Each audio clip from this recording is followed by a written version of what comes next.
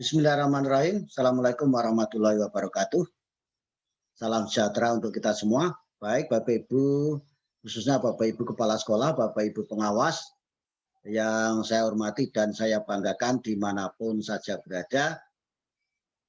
Mari kita lanjutkan forum kita tanya jawab terkait jabatan fungsional guru dan angka kreditnya. Ini adalah episode yang ketiga ya Bapak Ibu. Pada episode pertama saya jawab 3 pertanyaan, episode kedua 4 pertanyaan. Di episode ketiga ini insya Allah kita akan jawab 4 pertanyaan sekaligus ya Bapak Ibu. Untuk menyingkat waktu, saya bacakan dulu pertanyaannya, kemudian langsung saja saya jawab. Meskipun awalnya sebagaimana di episode pertama ini saya rancang untuk saya jawab pertanyaan saya tampilkan di PowerPoint, kemudian jawabannya juga saya tampilkan di PowerPoint. Namun kalau seperti itu perlu waktu yang cukup lama saya mempersiapkan, oleh karena itu saya jawab langsung saja.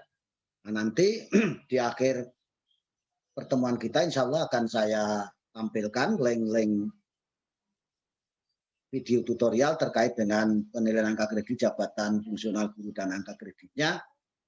Yang ada 14 link ya Bapak Ibu, silakan nanti bisa diperdalam di situ. Baik, untuk menyingkat waktu saya akan bacakan pertanyaan ke-8. Assalamualaikum. Waalaikumsalam. Pak Dalyana, mohon maaf saya ingin bertanya. Silakan Bapak Ibu, ini pertanyaannya sudah ditulis. Kalau untuk pengajuan kenaikan pangkat ke 4C wajib ada sertifikat yang 32 jam sebanyak 4 buah ya. Bukan 32 jam ya Bapak Ibu, minimal 30 jam. Itu nilai angka kreditnya 1. Karena untuk angka naik dari 4B ke 4C itu perlu angka kredit pengembangan diri itu sebanyak 4 atau 4 angka kreditnya 4, maka kalau sertifikat diklat, workshop atau pelatihan atau yang sejenis itu yang jumlah jamnya minimal 30 jam sampai 80 jam ya Bapak Ibu, itu karena nilai angka kreditnya 1, maka kalau sertifikatnya itu sertifikat diklat, workshop atau IHT atau yang sejenis, yang minimal 30 jam itu nilainya 1, berarti minimal 4 buah. Ya, Bapak Ibu, minimal 4 buah. Tapi kalau ada sertifikat seminar, segala kan nilainya 0,1. Jadi kalau seminar itu 10 kali seminar nilainya baru 1 ya Bapak Ibu. Dikit sekali ya. Jadi minimal 4 buah. Kalau saya punya sertifikat yang 32 jam lebih dari 4, apakah boleh dimasukkan juga? Dan berapa batasan jumlah sertifikat yang bisa diajukan? Nah, jadi kalau punya sertifikat diklat atau IHT atau workshop atau yang sejenis yang jumlah jamnya minimal 30 jam, yang nilai angka kreditnya 1 itu lebih dari 4, boleh diajukan. Nah, tidak ada batasan berapa paling banyak. Itu ya Bu Ibu, tidak ada batasan. Batasnya ada batasan minimal. Untuk bisa naik pangkat itu minimal 4. Nah kalau cuma punya 2 ya ajukan saja, tapi nanti belum memenuhi untuk naik pangkat. Nah, jadi nanti Bapak Ibu hanya akan mendapatkan hafal karena nilai angka kredit untuk pengembangan dirinya masih kurang. Ya, jadi jelas ya. Jadi lebih dari 4 boleh. Ya. Kurang dari 4 pun boleh, tapi kalau kurang dari 4 belum bisa naik pangkat atau naik golongan. Jelas ya Bu? Pertanyaan berikutnya, bukti fisik fotokopi sertifikatnya dilegalisir oleh kepala sekolah atau tidak? Ya wajib dilegalisir ya. Di samping dilegalisir juga ada bukti fisik yang lain. Yang pertama adalah surat tugas. atau surat pertujuan kalau ditegaskan oleh instansi lain. Misalnya Bapak Ibu menjadi instruktur kurikulum 2013 ditugaskan oleh LPMP. Surat tugas dari LPMP dilampirkan, ada surat persetujuan dari kepala sekolah. Di samping itu juga harus ada laporan kegiatan diklat. Laporan kegiatan diklat itu bisa dibuat setiap sertifikat satu laporan, bisa juga laporan itu dari beberapa sertifikat itu digabung. Jadi jelas ya Bapak Ibu. Nah, terima kasih Pak, sama-sama. Itu pertanyaan ke-8. Sekarang pertanyaan ke-9. Assalamualaikum. Waalaikumsalam. Pak, bagaimana kabarnya? Semoga sehat selalu. Alhamdulillah sehat. Terima kasih doanya. Amin. Perkenalkan saya singkat saja namanya MB. Guru Madrasah Aliyah Negeri titik-titik di Jakarta. Semalam, yaitu pada hari Sabtu tanggal 13 Februari 2021, saya mengikuti webinar dari Bapak. Alhamdulillah, terima kasih Ibu sudah mengikutinya. Materinya luar biasa. Alhamdulillah kalau Ibu menganggap luar biasa. Kalau saya biasa di luar ya Bu, Pak ya. Nah, dan hari ini saya mencoba menulis buku pedoman guru. Hasilnya bagaimana saya tidak tahu Pak, betul atau salah. Ya nanti silakan kalau Ibu Bapak sudah membuat, kemudian boleh filenya dikirimkan ke saya. Nanti insya Allah saya akan bantu mengoreksikan apakah sudah sesuai dengan ketentuan atau belum. Ya Bu, Pak ya, itu saja ya. Pak, saya golongan 4A TMT 1 April 2017, Pak. Saya mau naik ke golongan 4B. Mohon bimbingannya, Pak. Ya, insya Allah saya hanya bisa membimbing dengan menjawab kalau Ibu bertanya. Kalau Ibu tidak bertanya, ya gimana saya mau membimbing? Misalnya menulis PTK. Kalau Bapak Ibu mau minta dibimbing, dikirimkan filenya, ya silakan. Nanti saya bantu melakukan revisi. Tapi revisi yang saya berikan, Bapak Ibu tidak wajib menurutinya. Kalau Ibu anggap revisi saya kurang bagus, bagus tulisan Bapak, ya silakan. Ya, itu saja. Siap Bu untuk membimbingnya. Ya, dengan catatan ya Ibu tanya saja apa yang ditanyakan, apa yang kurang jelas nanti saya jawab. Gitu. Gitu ya Bu ya. Dan sudah jelas jawaban saya. Pertanyaan yang ke-10. Assalamualaikum warahmatullahi wabarakatuh. Waalaikumsalam warahmatullahi wabarakatuh. Sugeng dalu Pak, ini bahasa Jawa. Sugeng dalu maksudnya selamat malam Pak. Ya selamat malam. Perkenalkan saya Ibu I dari Wonogiri. Saya baru saja dapat apelan hasil penilaian angka kredit. Mau naik dari 4A ke 4B ditolak dengan alasan 7A. Alasan 7A itu seperti apa nanti saya bacakan Bapak Ibu ya. Pertanyaannya yang pertama, apakah PTS saya, karena ini kebetulan kepala sekolah dia membuat PTS dengan ditolak dengan alasan 7A, pertanyaannya apakah PTS saya boleh direvisi dan diajukan lagi? Yang B, subjek PTS saya itu sudah guru Pak, tetapi kok pada alasan penolakan dikatakan sebagai PTK. Pertanyaan ketiga, ini saya kirim PTS yang saya ajukan ke tim penilai kemarin dan alasan penolakan dari tim penilai angka kredit dihapak saya. Mohon saran dan masukannya. Terima kasih. Nah, oke Bu, saya jawab. Jadi pertanyaan pertama tadi, alasan penolakan 7A. Pertanyaan apakah boleh direvisi dan diajukan lagi. Kita lihat ini alasan 7A-nya. PTS dengan judul peningkatan kinerja guru dalam menyusun perangkat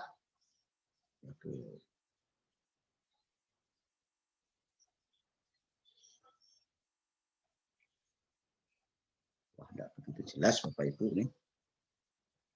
Nah, coba saya besari. Di SDN titik-titik ya.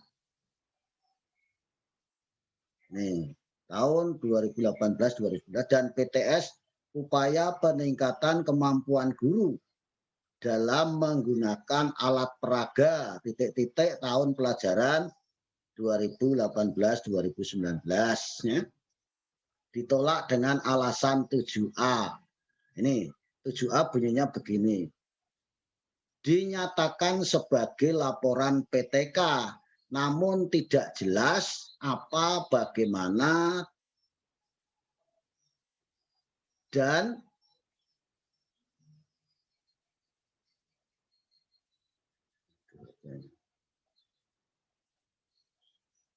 tindakannya. Nah, artinya tidak jelas hal yang dipermasalahkan dan sarannya membuat PTK garis miring PTS baru.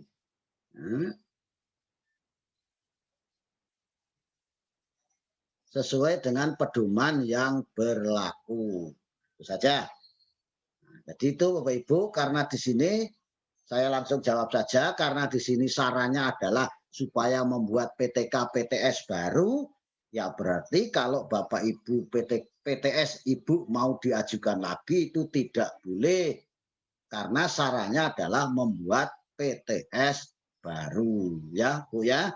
Nah, jadi harus membuat baru, tidak boleh itu direvisi. Nah, kemudian tadi pertanyaan B, subjek saya kan sudah guru, tapi kok ditulis PTK, itu sebenarnya PTS, Bu, itu hanya salah tulis saja. Jadi alasan yang benar itu dinyatakan sebagai laporan PTS ya, supaya Bapak Ibu, supaya Ibu tidak timbul tanda tanya, itu hanya salah ketik saja. Karena mestinya PTK garis miring PTS ya.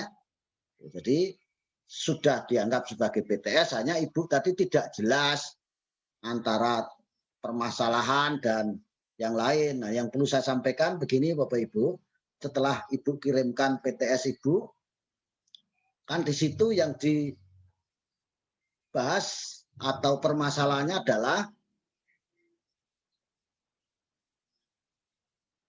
bagaimana guru, artinya kemampuan guru menggunakan alat peraga itu kan yang masih kurang. Itu yang akan Bapak Ibu teliti, itu yang menjadi permasalahan. Tetapi kalau saya lihat instrumen yang Ibu buat itu belum mengarah ke bagaimana guru menggunakan alat peraga. Observasinya juga tentang observasi yang pada umumnya. Nah, tidak mengkhususkan bagaimana guru itu menggunakan alat peraga. Nah, oleh karena itu, nanti di PTK, PTS Ibu, kalau memang menggunakan alat peraga ya sesuaikan. Di kajian pustaka juga harus ada tentang bagaimana kemampuan guru menggunakan alat peraga itu. Kemudian juga di lembar observasinya juga fokus ke kemampuan guru menggunakan alat peraga. Jangan umum. Tuh. Kemudian yang satunya lagi tadi tindakannya adalah supervisi. Nah, sebenarnya supervisi itu bukan tindakan Bapak Ibu. Supervisi akademik itu kewajiban kepala sekolah. Tindakannya bagaimana Bapak Ibu setelah memperoleh hasil revisi supervisi itu, nah, tindakan setelah supervisi itu apa, itu yang bisa menjadi satu tindakan. Misalnya melalui forum grup diskusi pasca supervisi akademik. Jadi tindakannya bukan supervisi, tapi tindakannya adalah forum grup diskusi atau mungkin pendampingan. Itu ya Bu. Nah, jadi nanti buat lagi yang fokus ke sana. Kemudian juga sebagai catatan, ini mumpung saya ingat Bapak Ibu, di aturan buku 4 yang baru 2019, di pembahasan PTS maupun PTK maupun penelitian yang lain, itu di bab 4 harus ada bab pembahasan itu, bukan sekedar membaca tabel, membaca grafik, ya, tetapi harus ada pembahasan menggunakan teori atau hasil penelitian yang Bapak Ibu tulis di bab 2 di kajian teori atau kajian pustaka untuk mendukung hasil penelitian yang Ibu Bapak lakukan. Misalnya Bapak Ibu sudah berdasarkan hasil penelitian di atas, maka menunjukkan bahwa begini. Baru ada hal ini sesuai dengan pendapat siapa yang menyatakan bahwa, dan ini sudah Bapak Ibu tuliskan di bab 2. Dan sesuai pula dengan hasil penelitian siapa yang menyatakan bagaimana hasil penelitian itu harus ada. Tidak cukup hanya berdasarkan tabel di atas begini-begini, hanya membaca tabel atau membaca grafik atau membaca gambar, itu tidak cukup. Kalau tim penilainya jeli, jelas kalau hanya membaca tabel, membaca grafik, itu tidak akan diakui. Karena di situ harus ada, di dalam pembahasan di bab 4 itu harus ada penggunaan teori yang sudah atau hasil penelitian yang relevan, yang Bapak Ibu tulis di bab 2, itu untuk mendukung, memperkuat hasil penelitian Bapak Ibu di bab 4 ini. Tolong diingat Bapak Ibu ya. Lagi pertanyaannya ini, saya kira jelas ya. Nah, jadi itu saran saya Bu ya. Jadi buat lagi penelitian PTS baru, fokuskan antara yang Bapak Ibu permasalahkan itu nanti ya instrumennya, ya yang Bapak Ibu tulis di kajian pustaka, ya nanti hasil penelitiannya, harus lebih fokus ke masalah yang menjadi fokus masalah di PTS. Ibu kalau PTK ya PTK ya, bagi guru. Kalau Ibu ini kan PTS ya. Saya kira itu Bu, mudah-mudahan jelas ya. Kalau ada yang masih belum jelas nanti silakan Ibu bisa tanyakan lagi lewat telepon boleh, lewat WA boleh. Ya. Nah, ini yang ke-11 untuk sementara yang terakhir ini. Assalamualaikum warahmatullahi wabarakatuh. Waalaikumsalam. Pak mau tanya, di saat pandemi COVID-19 seperti ini, bagaimana menyelenggarakan seminar PTK atau PTS? Yang pertama. Kemudian yang kedua, adakah syarat khusus untuk naik pangkat atau naik golongan dari golongan 4B ke golongan 4C dari Ibu R di Purwajaya? Ya. Wah, begini Bapak Ibu, karena suasana pandemi, kalau Bapak Ibu mau mengadakan seminar PTK PTS, ya silakan dilakukan, boleh secara tatap muka, tapi harus dengan menggunakan atau harus mematuhi prokes protokol kesehatan. Antara lain ya jaga jarak, pakai masker, kemudian cuci tangan ya, siapkan hand sanitizer di situ, sabun itu. Atau boleh juga Bapak Ibu lakukan seminar itu secara daring.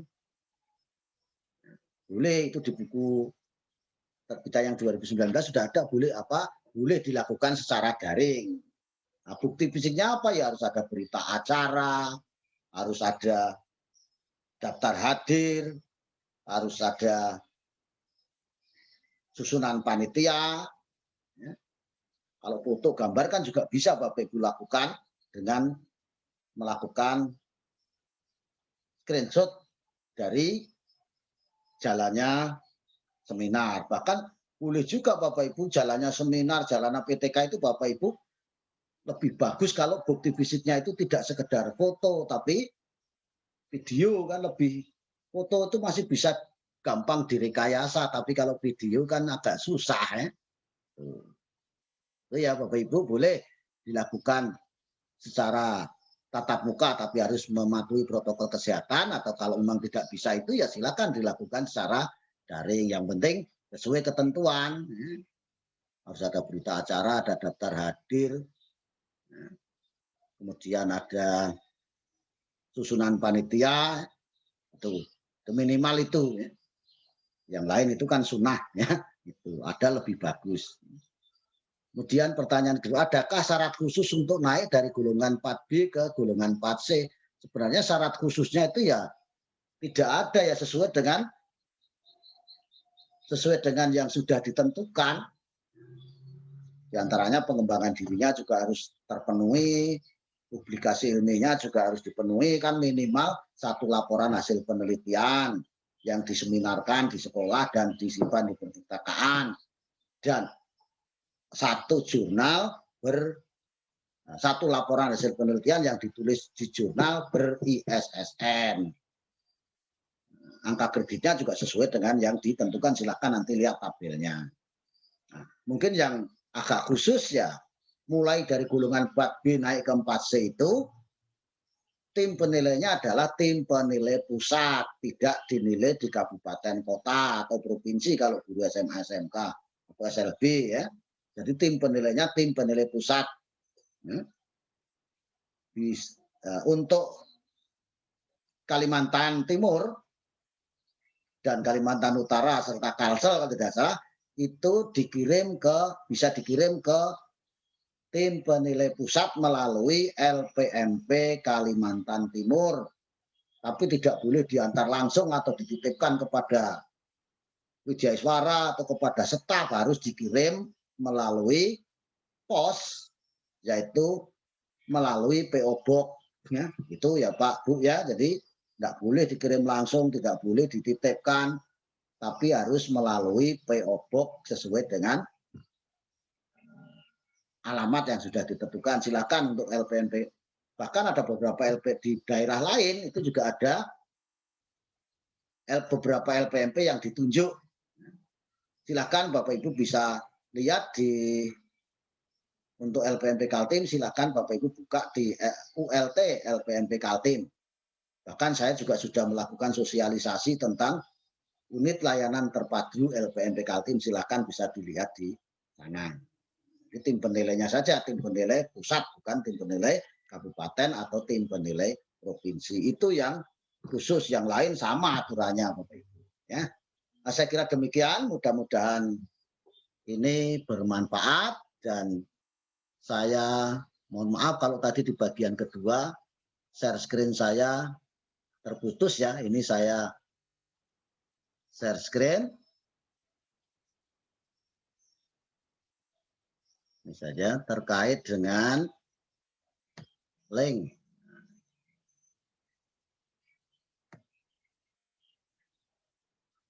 Ini Bapak Ibu ya. Ini link daftar link tentang video tentang penilaian angka kredit yang sudah saya buat. Silakan nanti Bapak Ibu bisa dalami pada link-link ini. Di sini ada 14 link. Nah, ini kok 13 ini ada yang terhapus ini. Sehingga saya tulis bagian 1 dan bagian 2. Silakan nanti dilihat di sana Bapak Ibu ya. Tuh.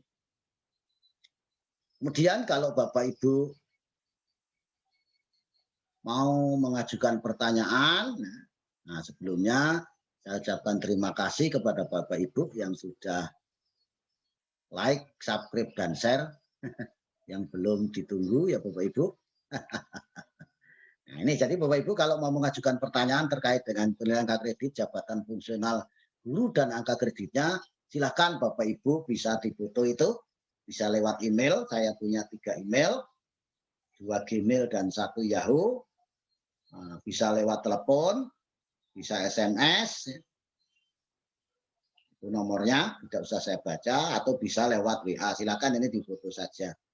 Bahkan Bapak Ibu miss call juga boleh. Tapi miss call itu apa Bapak Ibu? Tanda tak mampu.